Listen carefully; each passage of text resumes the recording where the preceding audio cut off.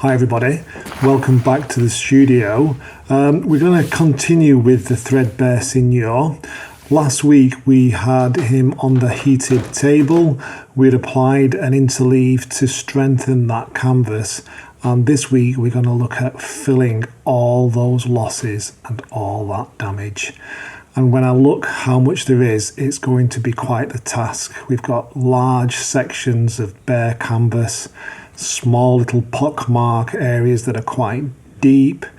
We've got areas of overclean from past restorations. We've got these horrific fold damaged areas in his face that need addressing. There's just so much work to be done.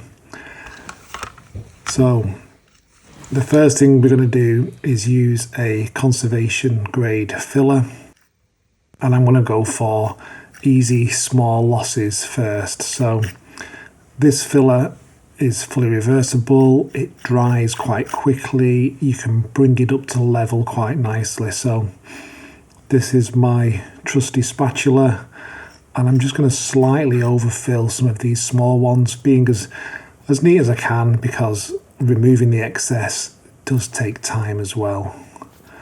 So in this area though, the losses are quite big, but they're not that deep, so I can kind of skim over these parts and just leave a little bit of filler in that section. But I'm going to have to be quite selective in the amount that I remove when I come to that stage.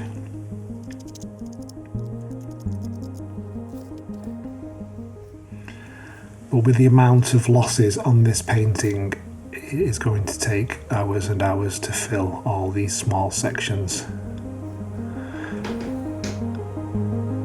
And there's nothing to be done to speed up the process, it's just a very time consuming and laborious task.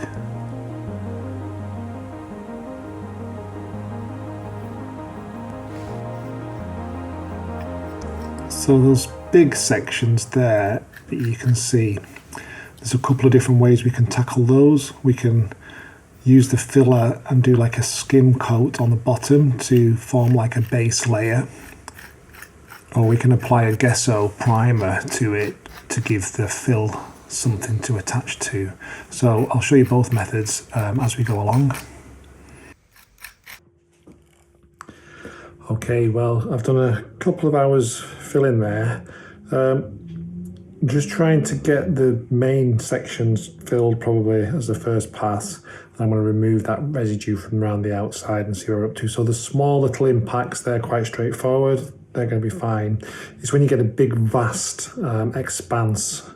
So they're the areas where I'll have to build up with layers and then try and get some of that texture back in there by probably carving into that a little bit, the filler, and maybe sanding and modelling it a little bit. But he's looking better now with some filled areas in there. He's like he's on the road to recovery. So yeah, another, well, probably 2-3 hours maybe, continued filling, and then I'll see where I'm up to. So yeah, I will carry on with Monsieur Signor.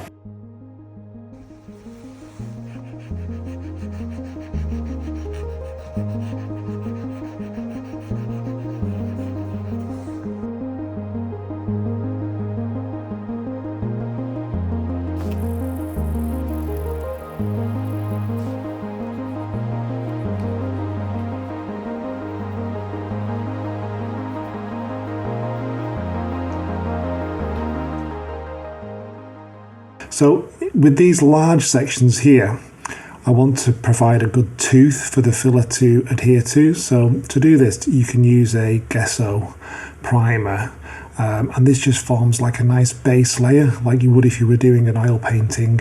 And then this gives the filler something more to attach to. And as mentioned, this is going on top of an isolation layer, but it just provides that filler something to grab hold of rather than giving it a chance to pop out.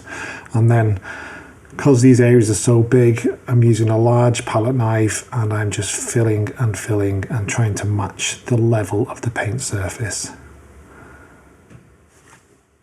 Hi everybody, welcome to this week's sponsor, which is me and Patreon.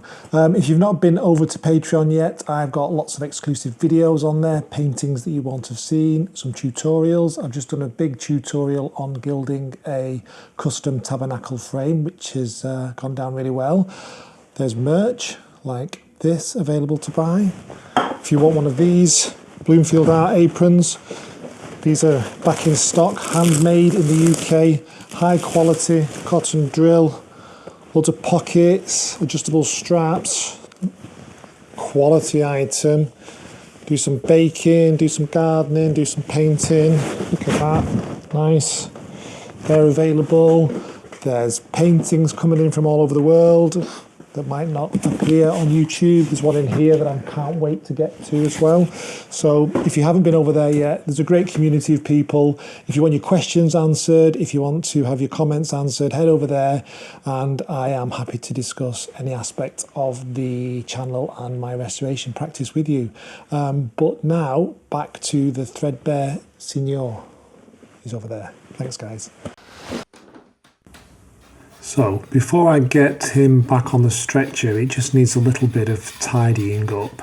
I'm not sure if this is the original stretcher. It does look a little bit crude the way it's put together, but it does also feel right for this period. It looks like it's made of elm or similar tree variety.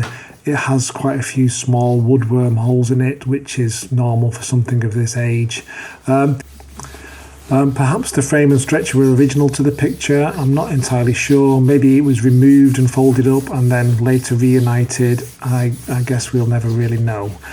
Before I attach the painting back to the stretcher, I just give it a bit of a wax polish, tidy it all up a little bit, remove any kind of accumulations or additions that shouldn't be there, and then I check to make sure that it's completely square by measuring corner to corner. These two measurements should match. If they don't, it might just need a little bit of a wiggle one way or the other to make sure it's square. So once that stretcher's square, I can then present the painting back on it and start getting it ready to attach. So just fold the edges over on those tacking edges, get it nice and square on the canvas, and then we'll look at applying this back to the stretcher. You've seen this 1,000 times. Okay, so to tidy the edges up on the back, I am going to use an animal glue. This is a traditional method. A lot of the paintings that come through the studio have the backs tidied up this way, and it's just a nice neat way to tidy things up, and the glue holds it nicely in place and it provides a uniform tension all across that tacking edge. So when I do put it under a little bit of tension, it's got a nice uniform grab, shall we say, to it. There's lots of different methods for doing this. This is just one that I prefer. So you can see there now a nice tidy mitered corner, not too much excess linen on the back, and it'll just be nice and tidy and secure for years to come. So once that's dried, I've got these new stretcher keys made. These are a hardwood stretcher key that have been stained just to not stand out too much. And then I'm going to put this under just a slight bit of tension, so you'll see that gap opening at the bottom. So I'm just knocking those in, and I'm just trying to open it up a couple of millimeters. That just puts everything under tension, nice and taut, with no looseness to the linen. And you can just see that expansion gap there. It's probably just a millimeter on that edge. So I'll do this all the way around the painting, and then once it's fully stretched again, I'm just going to apply another isolating varnish. Now, because there's so much filler on this painting, when I retouch, I don't want it to absorb into the filled areas and create lots of flat spots. So this isolating varnish will provide a nice uniform finish for when my retouching. It does lengthen the retouching process a little bit, but it will make for a better finish once complete.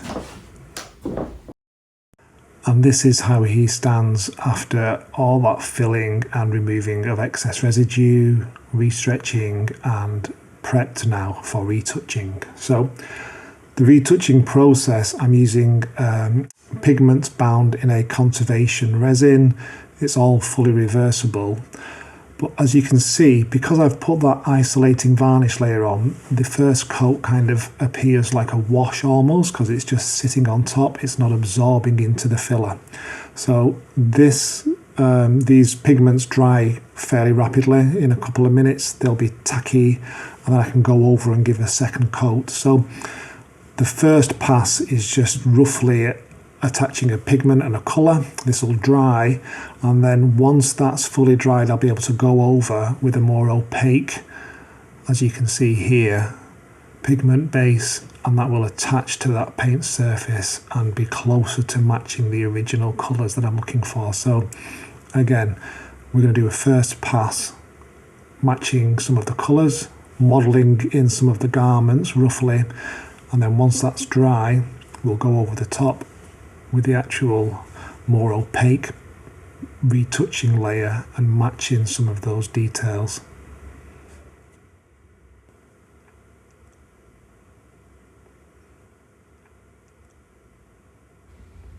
So with the first pass here on his sleeve, you can see that shadow coming in from his long cuff and some of the crease lines. So this will help me when I come to do the next layer. I'm kind of blocking out where those colour tones will be. I've been thinking a lot about the flower in his jacket, the boutonniere or buttonhole.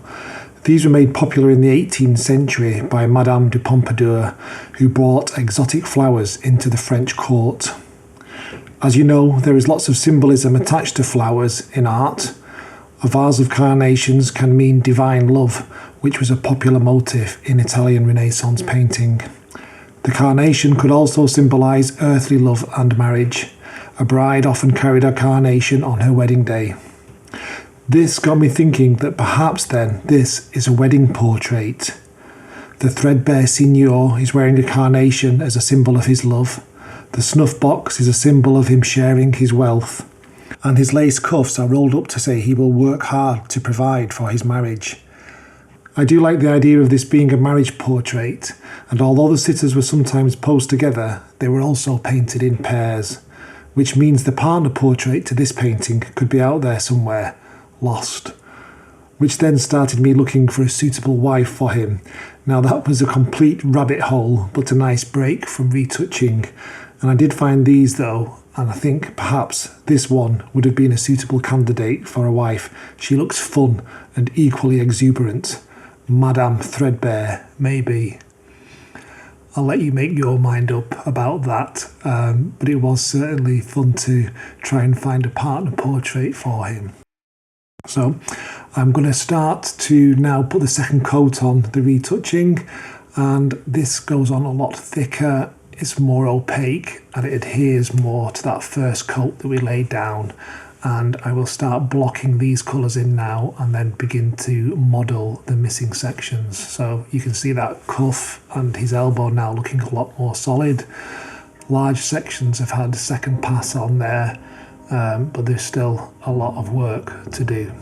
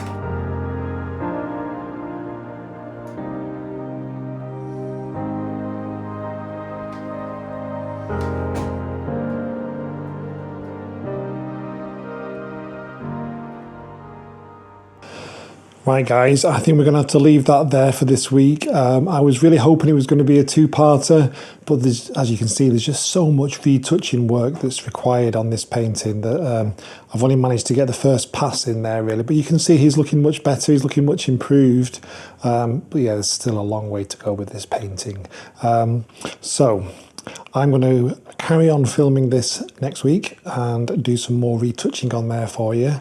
Thanks as ever for watching. Thank you to all my patrons for supporting the channel. Thanks you guys for logging in every week and leaving your comments. It's much appreciated. Weather report.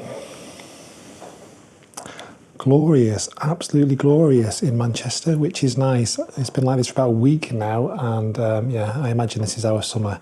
Anyway, thanks for watching. Have a lovely weekend, and I will catch up with you all soon. Cheers, guys. Bye.